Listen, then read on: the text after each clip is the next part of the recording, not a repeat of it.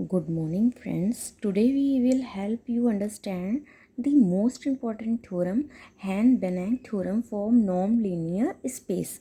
ये MSc के लिए सबसे इम्पॉर्टेंट थ्योरम है, Hahn Banach theorem for non linear space. ये मोस्टली MSc में आपकी आती है. तो इसके लिए हम सबसे पहले स्टेटमेंट समझेंगे. Let f be a bounded linear functional on a subspace Z. जो f है हमारा वो bounded linear functional space subspace है जेड पर of a non linear space of x, जो कि नॉन लीनियर स्पेस x है. Then there exist a bounded linear functional इस फिर वो हमारा इसलिए आपका एक बाउंडेड लीनियर फंक्शनल एफ टिल्डेस जो एग्जिस्ट करता है एक्स पर, which is an extensions of F to X and has the same norm. और दोनों की नॉर्म जो है वो सेम है. Norm of F tildes over X is equal to norm of F over Z, where F जो tildes X जो norm of F tildes over X है is equal to supremum of X is, ये आपका small X हमारा element है capital X का हमने मान लिया, which is mod of F tildes X. इस पे norm of X is equal to 1 माना. Then norm of F over Z is equal to supremum of X. X जो है हमारा स्मॉल एक्स वो हमारा जेड का भी एक एलिमेंट होगा, बिकॉज ये बताया था आपने एफ हमारा बाउंडेड लीनियर फंक्शनल है जो कि सब स्पेस जेड पर. तो X is also element of Z, mod of F X. तो norm of X is equal to 1 ले लेते हैं and norm of F over Z is equal to 0 in trivial case z is equal to 0 space. तो proof करना है आपको if z is equal to 0 space. अब मैंने आप मान लिया कि z 0 स्पेस है तो f इज इक्वल टू, तो f जो हमारा वो भी 0 होगा. और जो extensions of F tildes X F tildes है वो हमारा वो भी 0 होगा. तो that is F tildes is equal to 0. अब लेट मैंने कर लिया कि z अगर हमारा 0 स्पेस के इक्वल नहीं है तो हम जानते हैं कि f हमारा जो है वो एक बाउंडेड लीनियर फंक्शनल है z पर. तो मॉड ऑफ एफ एक्स जो है वो लेस देन इक्वल देन होगा norm of F over Z is equal to norm of F over Z norm of X के.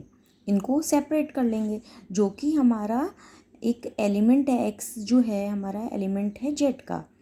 This is on the form, आप ऐसे फॉर्म में लिख सकते हैं. तो मॉड ऑफ एफ एक्स जो है वो लेस देन है पी एक्स का.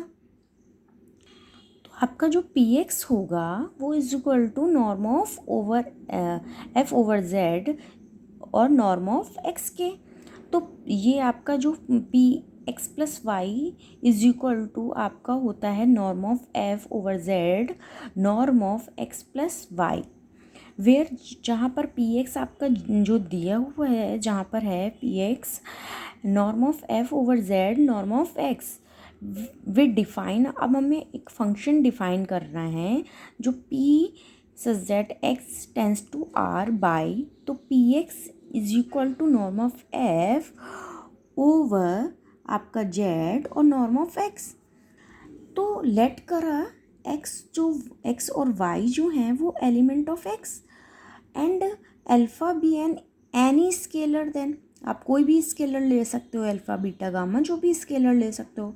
तो जो पी एक्स वाई है is equal to norm of F over Z norm of X plus Y. तो norm of F over Z और ब्रैकेट में आपका norm of X plus norm of Y, आप दोनों को अलग अलग कर लेंगे. तो आपका ये जो फॉर्मूला होगा इसका इधर भी मल्टीप्लाई होगा और इधर भी. तो norm of F over Z और नॉर्म ऑफ एक्स और norm of F over Z norm of Y. तो P X plus Y is equal to P X plus P Y. ये आपको पता है कि आप सेपरेट कर सकते हो, P X plus Y less than P X plus P Y. ये आपका फॉर्मूला आपको याद है, पहले भी मैं प्रूफ करा चुकी हूँ कि आपका जो पी एक्स प्लस वाई है और वो लेस देन, हमेशा लेस देन इक्वल देन होता है P X plus P Y के। ऑल्सो पी अल्फ़ा एक्स, आपका कोई भी स्केलर अगर अंदर आता है तो इज़ इक्वल टू आपका जो ये फॉर्मूला होता है कि आपका जो स्केलर होता है वो आपका मॉड में बाहर चला जाता है और जो आपका फंक्शन होता है वो अंदर, वो वैसे ही लिख देते हैं। तो इसको कैसे कर समझेंगे हम आपको, P alpha X is equal to norm of F over Z, norm of alpha X where alpha is any scalar. ठीक है, अल्फ़ा यहाँ पर एक स्केलर है और जो आपका norm of F over Z है, अल्फ़ा को आप मॉड में अलग कर लेंगे और नॉर्म ऑफ एक्स को अलग कर लेंगे, क्योंकि अल्फ़ा एक स्केलर है तो वो मॉड में होके बाहर आ जाएगा। तो मॉड ऑफ अल्फ़ा, फिर norm of F over Z and norm of x, alpha को आप बाहर ले लेंगे और ये जो हमारा है ये एक हमारा फंक्शन हो गया। ये हमारा फंक्शन है ना पी एक्स, जिसको हमने लेट किया था, P X is equal to norm of F Z norm of X. ठीक है, तो आपका जो P satisfies the following property, जो हमारा P है वो दोनों ही प्रॉपर्टी को सेटिस्फाई कर रहा है, P X Y less than P X और P alpha X is equal to scalar of मतलब scalar alpha mod of scalar alpha P X, where जो एक्स है हमारा एक्स का एलिमेंट है किस, और यहाँ पर अल्फ़ा जो है वो कोई भी स्केलर है।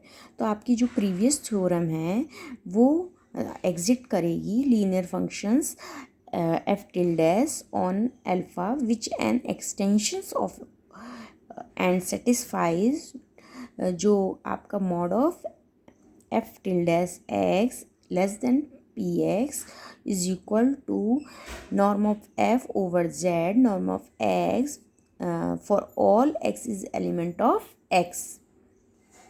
तो आपका जो taking supremum over all X is element of X which जो आपका नॉर्म ऑफ एक्स है वो इज इक्वल टू 1, तो we have supremum of X is element of X, mod of F tilde X is less than equal than supremum of X element of X, norm of X norm of F over Z norm of X is equal to 1। Then आपका norm of F tilde over X is less than equal than norm of F over Z.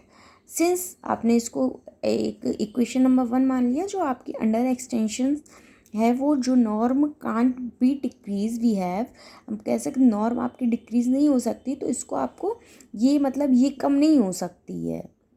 ठीक है, जो आपका है ये वाला जो extension का norm can't be decrease we have norm of F tildes F over X is less than equal than norm of F over Z. इसको आपने सेकंड मान ली इक्वेशन, तो आपकी फर्स्ट और सेकंड इक्वेशन से आपका क्या हो जाएगा कि एक में लेस देन है एक में इक्वल ग्रेटर देन है, तो आप क्या कह सकते हो दोनों इक्वेशन को मिलाकर कि norm of F tildes over X is equal to norm of F over Z. तो आपका ये आ गया, तो ये आपका जो भी है वो इक्वेशन का कंप्लीट प्रूफ है, जो कि हमारी हैन बनेट थ्योरम है जो नॉन लीनियर स्पेस के लिए है। अब आपकी नेक्स्ट क्लासेस में हिल्बर्ट स्पेस में आपको समझाऊंगी। Okay, thank you.